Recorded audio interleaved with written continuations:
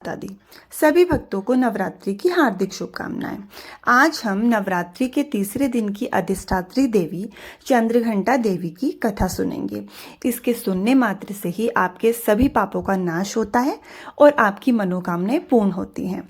तो सब भक्त कमेंट बॉक्स में जय माता दी जरूर लिखेंगे। अपनी घोर तपस्या से भगवान शिव को वापस जीतने के बाद देवी पार्वती राजा हिमवान के महल में लौट आई।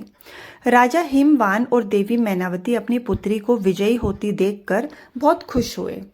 शिव और मां पार्वती के विवाह का दिन आ गया था। अपने भगवान का विवाह होते देखकर भगवान शिव के सभी गण अत्यंत प्रसन्नता हुए और उनके साथ उनकी बारात में राजा हिमवान के महल में चल पड़े। शिव भोलेनाथ हैं, उनका नाम स्वयं शिव है। वह जो शुभता को धारण करते हैं, उन्हें बाहरी दिखावे और औपचारिकताओं का पालन करने की क्या परवाह थी।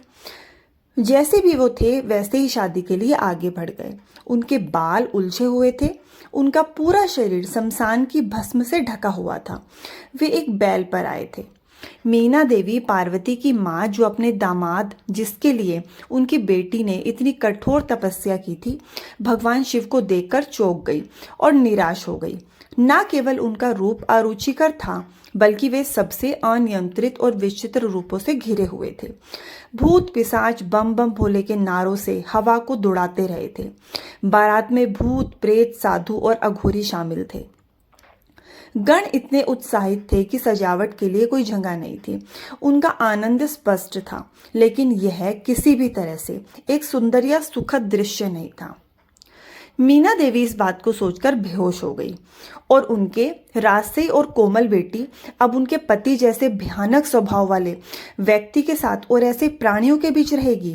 देवी पार्वती ने शिव तत्व को गहराई से अवशोषित कर लिया था और जैसा कि हमने उनके ब्रह्मचारिणी स्वरूप में देखा, वह सप्त ऋषियों के लिए शैव सिद्धांत की गुरु भी थी। फिर भी अपनी पूरी करुणा में वे एक माँ के रूप में मीना देवी की दुर्दशा को समझ गई। भोलेनाथ अपने भयंकर रूप से सुखद रूप में परिवर्तन हो, इसे समझने के लिए देवी पार्वती ने एक क्षण के लिए एक भयंकर रूप धारण किया, जिसमें 10 हाथों में विभिन्न हथियार और उनके मुकुट पर एक घंटी के आकार का चंद्रमा था। देवी के इस स्वरूप को चंद्रघंटा के रूप में पूजा जाता है। मां के इस रूप ने भगवान शिव के उग्र रूप को शांत किया और उनके उपद्रवी गणों को वश में कर लिया।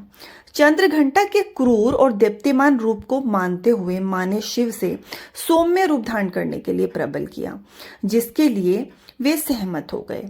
उनके अनुरोध पर शिवजी अपने भयानक रूप को त्याग कर आकर्षक दूल्हे के रूप में सुशोभित हो गए।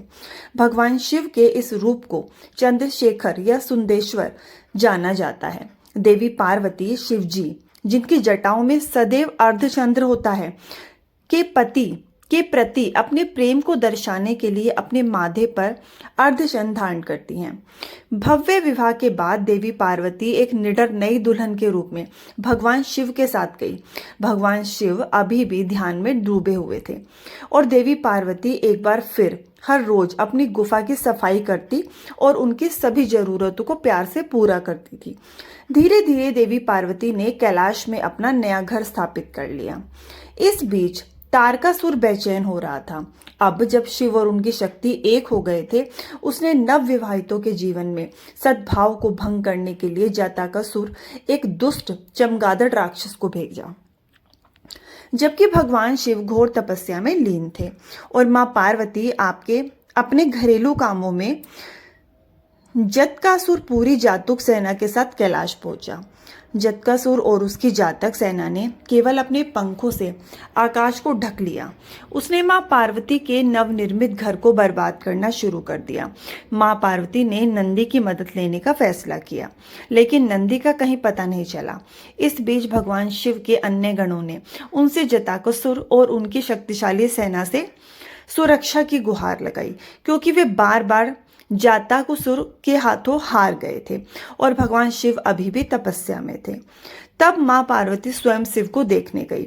उन्होंने उनसे इस स्थिति से बाहर निकलने का मार्गदर्शन करने के लिए विनती की।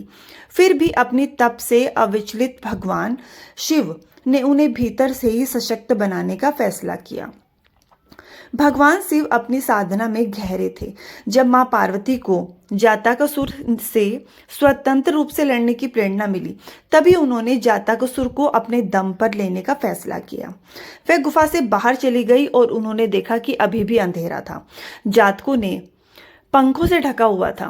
मां पार्वती ने चंद्रदेव से प्रार्थना की कि वे उनके माथे पर स्थित बने रहें और युद्ध के मैदान को रोशन करें, और एक साहसिक मशाल युद्ध के मैदान में उनकी सहायता के लिए हिमालयी भेड़ियों का एक झुंड दौड़ पड़ा। देवी पार्वती को जल्दी पता चला कि जातकासुर आकाश में जातकों द्वारा सक्रिय था, इसलिए वह युद्ध के मैदान में एक विशाल घंटी लेकर आई। घंटी इतनी जोर से बजाई कि जातकों ने आसमान साफ कर दिया। भेड़ियों में से एक ने जातकासुर को मार डाला। देवी पार्वती ने घंटी से उसके सिर पर प्रहार किया, जिससे वह एक ही झटके में मर गया। यह स्वरूप जिससे मां माथे पर चंद्र को और हाथ में घंटा लेकर प्रकट हुई, उस रूप को ब्रह्मदेव ने देवी चंद्रघंटा के स्वरूप से महामिनत किया। यह कहानी इस बात का प्रतीक है कि हमें अपने भीतर की शक्ति को पहचानने के लिए ईश्वरीय प्रेरणा की आवश्यकता होती है। जैसा कि बाद में भगवान शिव ने मां पार्वती से कहा, चंद्रघंटा के रूप में युद्ध उनके पास मौजूद अपार शक्ति का एहसास कराने के लिए था। हमारे जीवन में चुनौतियां भी हमारी पूरी क्षमता को प्रकट करने के लिए उत्पन्न होती हैं। सच्चे मन में देवीय प्रेरणा की खोज सही दिशा में हमारे पथ पर प्रकाश डालती हैं। बोलो जय मां चंद्रघंटा की।